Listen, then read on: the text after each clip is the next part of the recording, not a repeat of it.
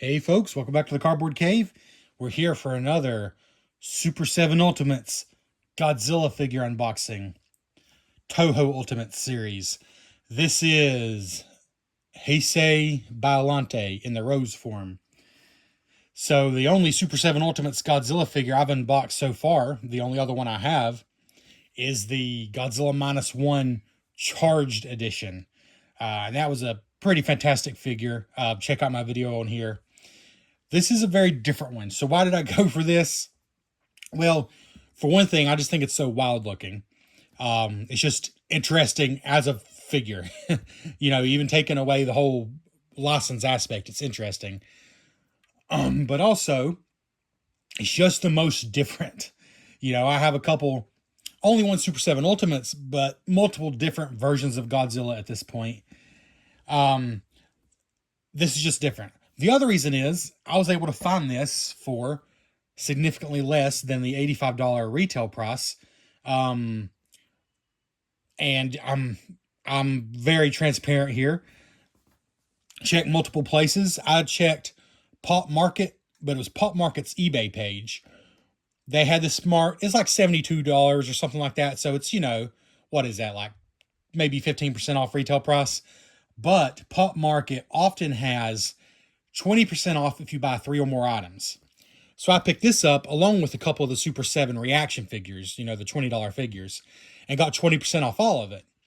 Which brings this one down to, just under $60, something like that. So instead of $85, more like the retail price of a regular Super 7 Ultimates figure, not the huge Toho ones. So your mileage may vary, but I would check out Pop Market's eBay page, especially if there's a couple other things you like, so you can get that 20% off. But enough talk about that, because when you watch this, that sale may not even be available. I will review this based on the fact that it did or does retail for $85, which I agree is a lot for any figure. It depends on your perspective. If you're a Godzilla collector, as I have very recently become, I'm learning that it can be an expensive thing. Even if you're not buying the old, truly, classic retro stuff. Godzilla stuff just doesn't come cheap, period, for the most part.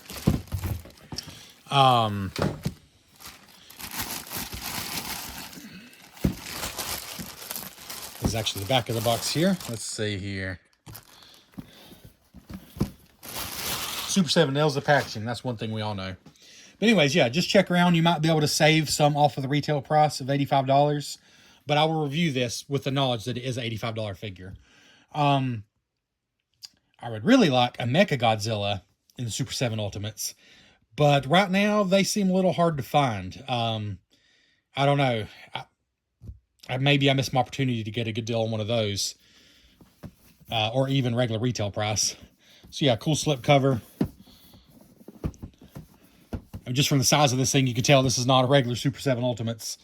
This is the Toho Ultimates, which are significantly bigger than your regular Super 7 Ultimates like TMNT figures, which I've done like 30 of on this channel. Check those out. See, Toho, August 2024 is when this one was manufactured. All right, let's go and take the slip cover off here.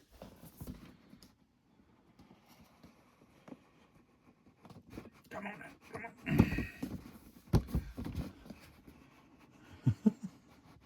It's stuck. All right. Whew. Just a very striking figure already.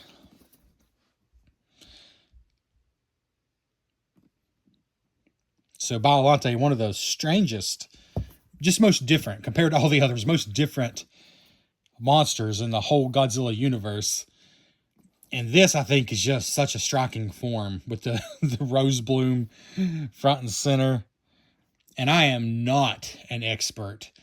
I think, yes, there should already be a video posted by the time you see this, that I am working my way through Godzilla films. Started with the very original, and I'm just going through. I'm starting with the Showa era, 1954 to 1975. And as the box says, this didn't come out until 1989. So I am not an expert on the character. I'm not an expert. So I'm going to be judging this on how good of a figure it is. You can look yourself, and if you're a diehard Biollante fan, you're going to be able to look yourself and see if you think it's accurate. I'm just going to judge how good the figure is. So anyways, the side of the box has a little bit of a view there as well.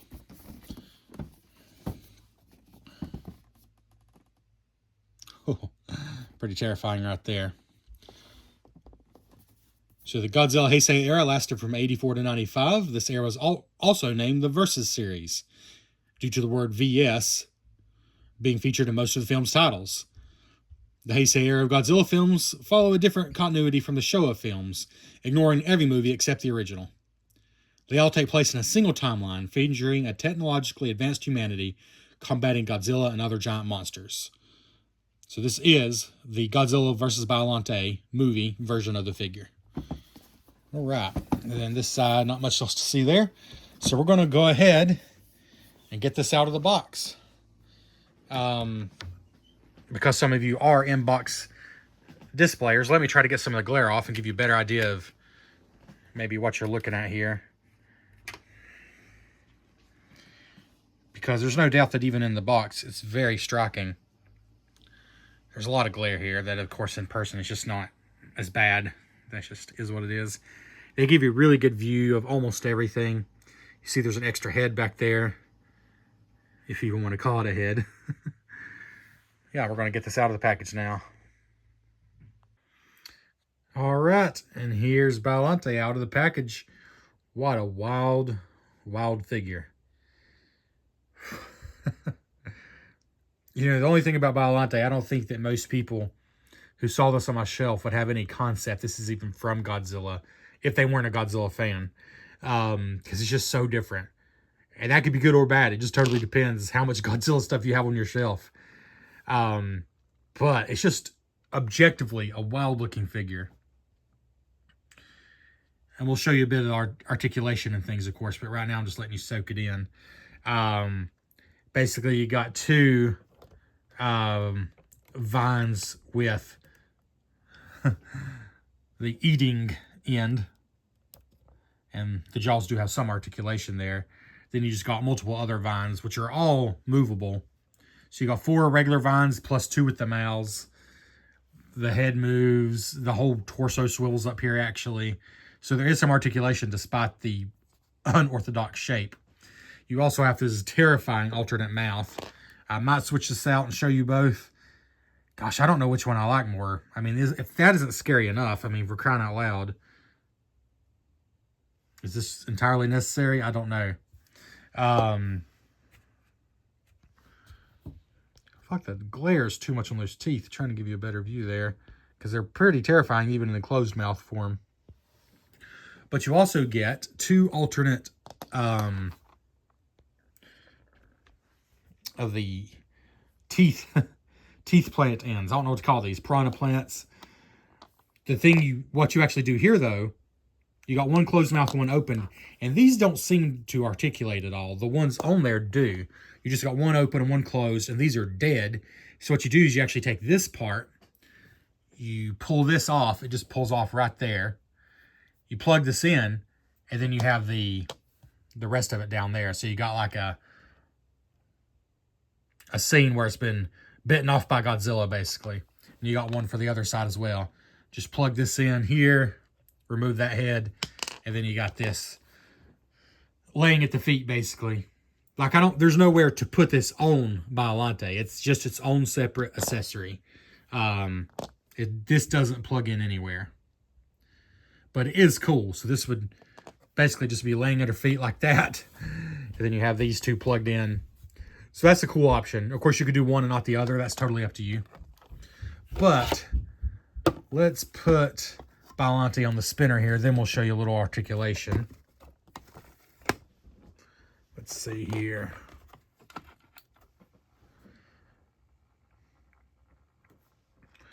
Really, really good detail. I like what they did with the leaves. I love how bright and vivid the greenery is and the rose is, and then how disturbing and dark the rest is. I think that's a good look.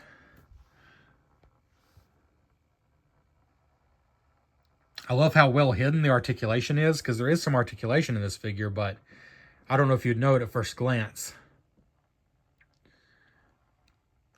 I will say these vines with the heads on the ends seem to be pretty loose in there. Like, I'll have to play with it to see if I can even get that one to stand up on its own. But there's so many other vines, it doesn't really matter too much. Like, but yeah, we'll play around with that when we mess with the articulation. Right now, I'm just giving you a better view.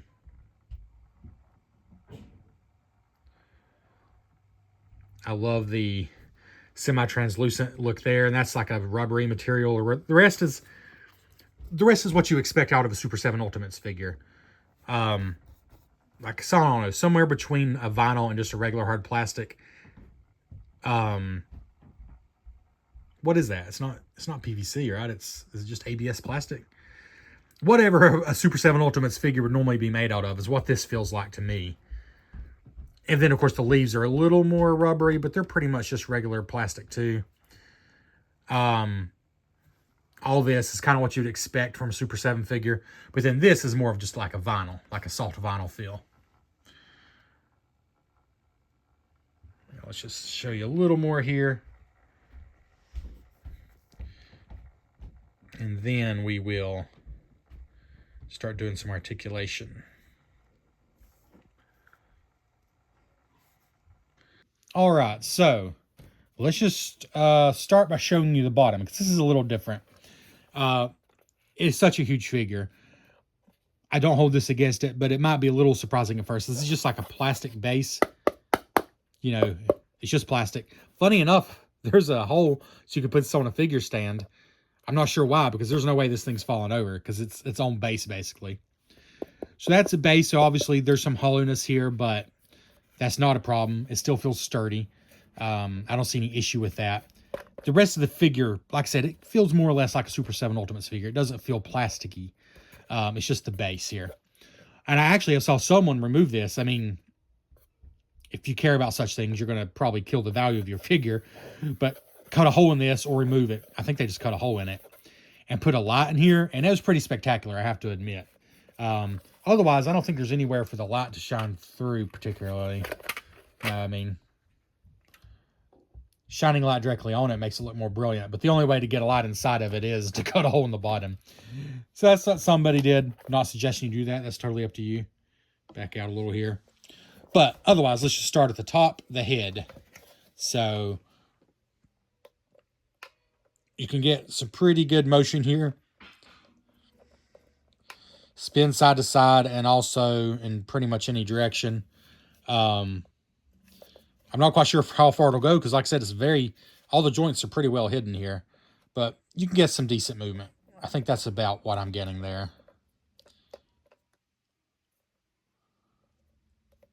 The leaves independently all move. They're actually on full joints, so they can not only spin but can actually, move in different directions. It's like if you wanted them up more, you could do that, or all the way down. It's up to you. And I believe all the leaves do that. This little one here, I think, is stuck in place. That's the only one. All the rest move in whatever direction you'd like. See, then, I don't know if you call this the neck. I would call it the torso, actually spins. Oh, there a leaf fell out. We'll worry about that in a minute. I don't think it'll be a big deal. There's a view of just like a regular hand joint. I might have expected something a little bigger, but this isn't, particularly heavy, so it's probably fine. And I don't think you could do any wild articulation with the hands. With the leaves. But I guess I should have made sure I had that out of the way before I started moving this, because it rotates all the way side to side.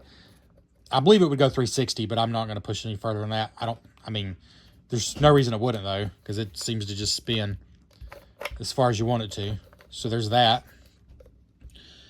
And then, like the rest of the body, as you would expect, doesn't articulate, but all the vines do. It's like looking here at this.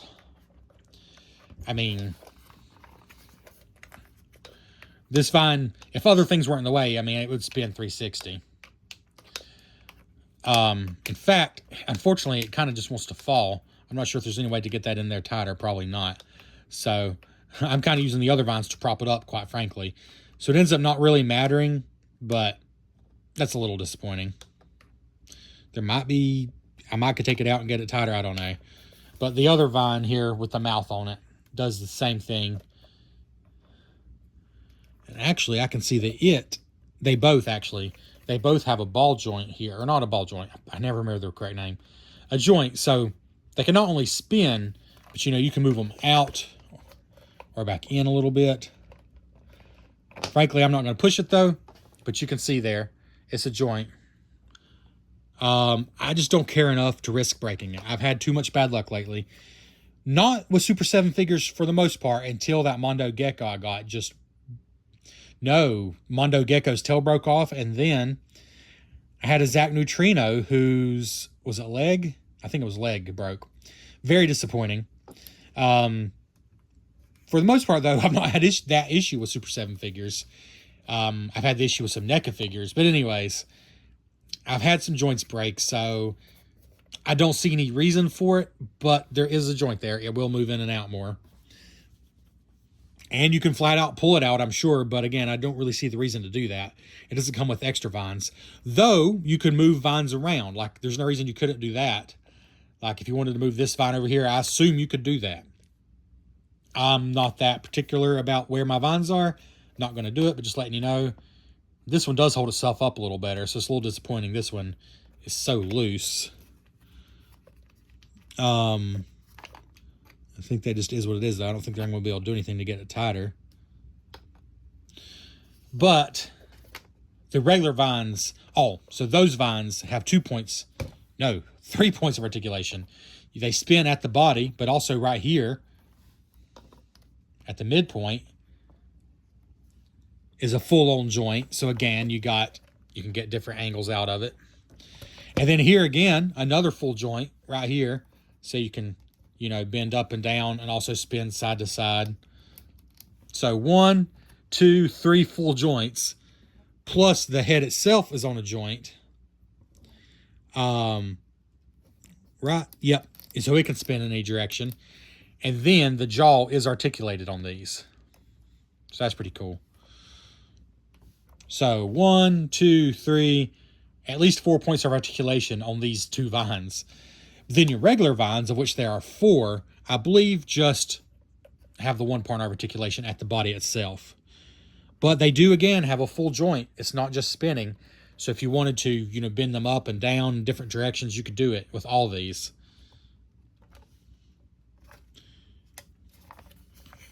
This is a big one over here.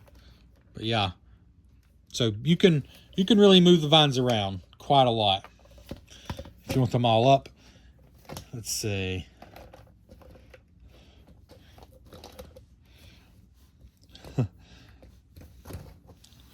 You can have them all up like that. And even this one, which does not want to hold itself up, there's enough stuff to prop it up. I can get it in most positions I want to, even though I'm a little frustrated. It doesn't like to hold itself up. But like I said, since the jaws rotate and stuff, you can really get the mouths kind of any position you want.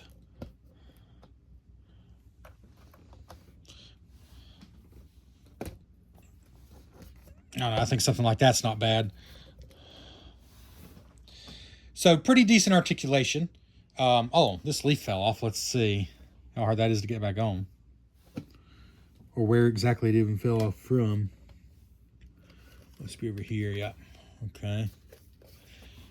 So yeah, they just plug in just like a hand, basically. Just like a hand would on any other figure.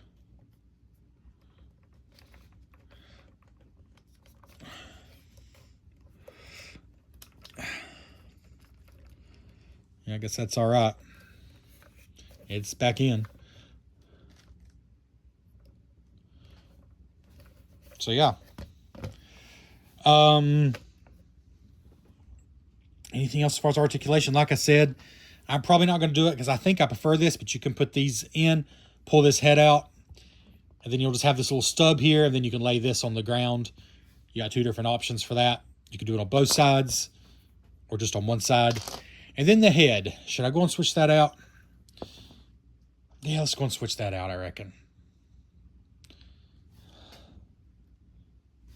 I don't know which one I like more, honestly. But I assume, yep, it's just the head that comes off. It shouldn't be that big of a deal. Yeah, that came off pretty easy. Hopefully the other one goes on pretty easy. You can see here, it's a regular ball joint like you'd expect on a head for a Super 7 figure.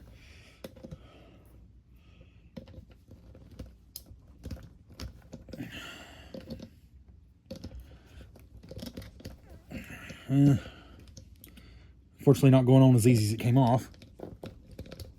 All right.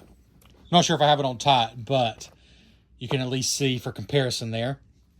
And I think that's where we'll end. We'll put them on here and give you some more articulation, show you all the extra stuff here.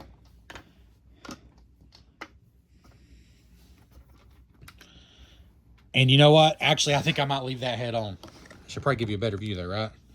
I think I might leave that head on, honestly.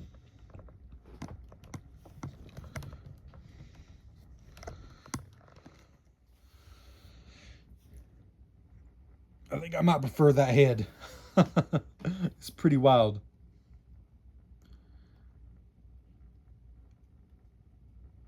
Oh, I'm not going to end there. I got one more thing to show you. And we'll worry about that after we do a few more rotations here. I'm going to show you some comparisons, but I'll go and give my final thoughts here.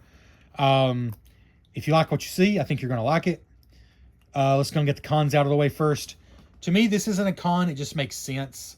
Like, this kind of thing doesn't bother me. But the there's an actual con I can get to after I talk about this one. The base is just plastic, and it's very obvious the figure is fairly hollow. That doesn't bother me because the figure looks and feels good. Oh, and by the way, it is a little shiny, which I think makes it kind of brilliant. But like, the leaves are shiny. The rest of it isn't. The leaves should be shiny, and they are. In person, the rest of it has a good, I would say, a good finish to it. I think sometimes this kind of figure looks too shiny on video. It's not like a cheap shiny figure. Only the leaves are truly shiny in person. Anyways, the base being plastic and it being hollow is something I'm mentioning. To me, it's not a negative. It just makes sense.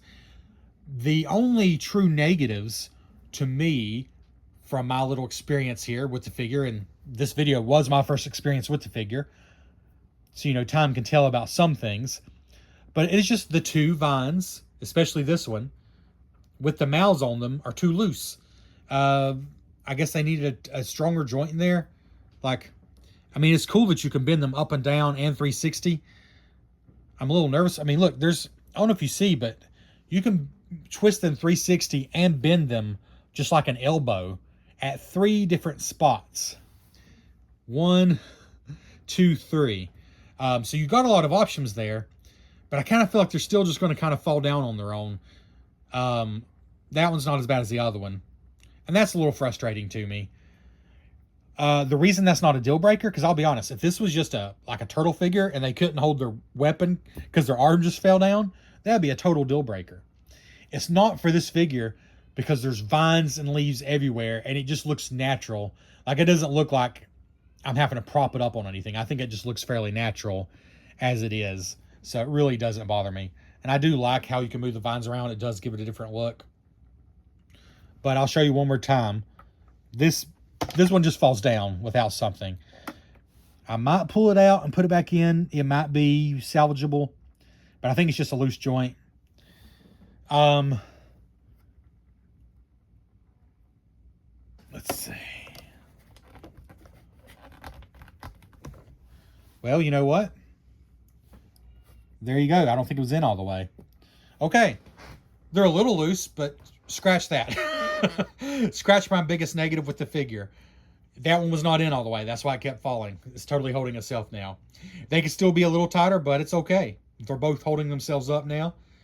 So yeah, scratch that. Yeah. Maybe the vines feel a little fragile.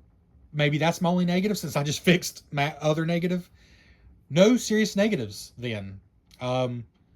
Maybe the joints can be a little tighter for the 2 main vines, but yeah, that's about it. And if you're braver than I am, you can get some crazy articulation out of these vines. Actually, despite the fact that the body only twists right here and then at the head, there's actually more articulation in this figure than just about any other Super 7 figure out there, because you got 4 points of articulation in each of these vines, and then at least one in all the other vines. That alone is a lot of articulation. And then each leaf, 1, 2, 3, each of the big leaves, 1, 2, 3, has articulation as well.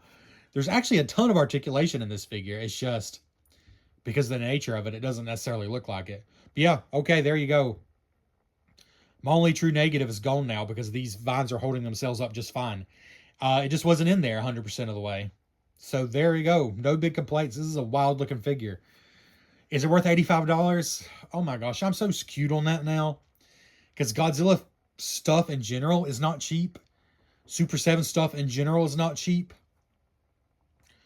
I will say it's beautiful and terrifying. So I think the price makes sense compared to other Super 7 figures. I think it's a little high, but kind of makes sense compared to other Godzilla figures that I've seen.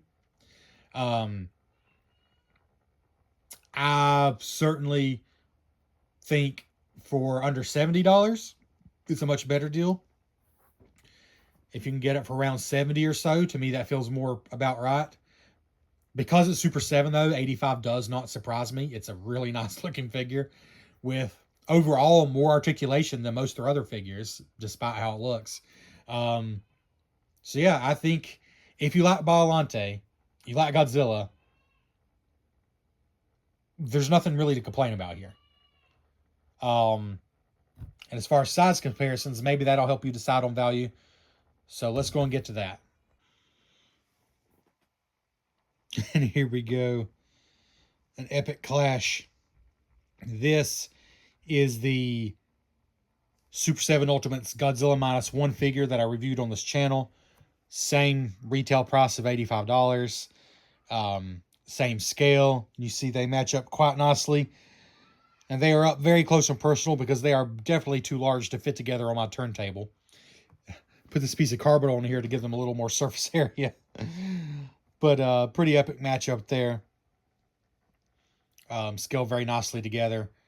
And because you got such articulation in these, you know, you can really get them munching down on Godzilla if you want to. You know, you got the vines that can get all up in Godzilla's space, kind of wrapping them up because, again, they move. They articulate well. Let's see.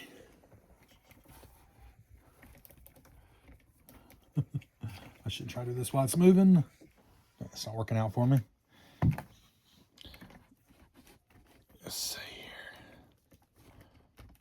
here. There you go. Well, there we go. Taking Godzilla's hand out there. But let's go ahead and show you just real quick, side by side, next to a couple of different figures. Then we'll close out here. I don't think I gave a final score because I kind of already gave my final thoughts. I'll go a solid 8 out of 10. Somewhere between an 8 and a 9. I could probably go as high as 8.5. The vines are still looser than I would like. When I started really messing around, they still try to fall a little bit. Not these, just the ones with the heads. But it's not a big deal. Like I said, once you get them pushed in tight. Yeah, I'll go and go 8.5. It's a pretty spectacular looking figure. I go 8.5 out of 10 on the Biollante here. Here's Godzilla standing up straight. You know, very comparable there. Very comparable in size and everything. Biollante is easily as tall as Godzilla. Let's see here. Speaking of how tall Biollante is. 8.5 inches, I would say. 8.5 inches for Biollante. All right, so let's see here. Not a whole lot of other figures I want to compare her to compare Biollante to, because this is the best comparison. This is Toho Ultimates, Super 7 Ultimates, same range. But just for fun, here's a Bandai blind box. Those little $7 blind boxes they do, which I've done some on the channel. There's a Hedorah in one of those. Here's the U2's vinyl that I've done unboxing for. Sort of similar to a Funko Pop. And finally, here is a Super 7 Ultimates figure. So, and I still think this is the most telling comparison. If you collect Super 7 Ultimates, and if you watch this channel, I've unboxed a lot of the TMNT Super 7 Ultimates. These are the ones that retail for $55, and as I said in every review, it's better if you can get a better price, but that is what they retail for. So these are $30 more expensive, the Toho Ultimates, and you know, it's justified because they're just much bigger. And here's the comparison. Here is Slam Dunk and Donatello, which is a great figure, but like a standard Turtle Super 7 Ultimates figure, who I messed with his feet. Now he doesn't want to stand. Great. There, that'll have to do. I mean, you can see there's just a big size difference in every dimension. These are certainly bigger than your regular Super 7 Ultimates figures. Let's see. How about compared to like a really big Super 7 Ultimates? How about not? How about not? Because I'm going to knock a bunch of stuff over for a grab one of those. I think that's enough comparisons. I can't think of anything else that would really be a good direct comparison anyway. So, yeah. Sizes very well with the other Toho Ultimates figures. I think that's the most important thing. 8.5 out of 10. Cardboard Cave approved. That is the Super 7 Ultimates Biollante. Thanks for checking out the Cardboard Cave. Please consider liking the video. Consider subscribing for a lot more Godzilla content and a lot of other content from everything from fast food reviews to Star Trek unboxings, TMNT, Godzilla, some board games. You stick around long enough, you'll see a little bit of everything as I go through my different obsessions. We'll catch you next time on the Cardboard Cave.